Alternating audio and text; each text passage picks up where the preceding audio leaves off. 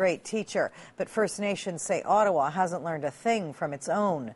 Decades after Canada took Aboriginal children from their families, they say government discrimination is now taking even more kids away. Today, a human rights tribunal began hearing their claim, despite attempts to keep that case closed. CTV's Danielle Hamamdjian has the story. There is no shortage of numbers illustrating the disparity. There is a 22% gap between funding for child welfare services on reserves and anywhere else in Canada.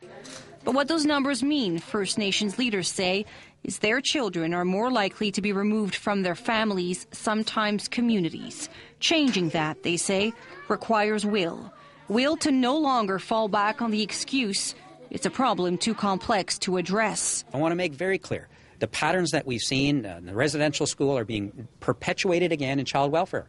And the relationship requires fundamental transformation. It has taken years, in a sense decades, for Canada's Human Rights Tribunal to hear this case. First Nations groups versus the government. On trial, Dr. Cindy Blackstock says, for racial discrimination against Aboriginal children. I've seen so many children as I drive them back to the office because I have not a foster home to go to, that they're crying in the back seat and I cannot even turn around to comfort them. The government argues it has increased funding to $600 million a year. It has also and continues to try to have the complaint dismissed. And the best way to ensure that First Nation children and families get the support and services they need is by working together.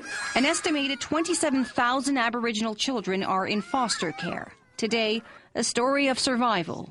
What about the families of a deputy grand chief who almost lost a niece, who do not have that opportunity? National Chief Sean Atleo says discrimination may not be as explicit as it was decades ago, but the result is the same: families falling apart. The hearings will continue over the course of the next 14 weeks. Lisa. Okay, Danielle Hamamdjian in the nation's capital tonight. More tonight.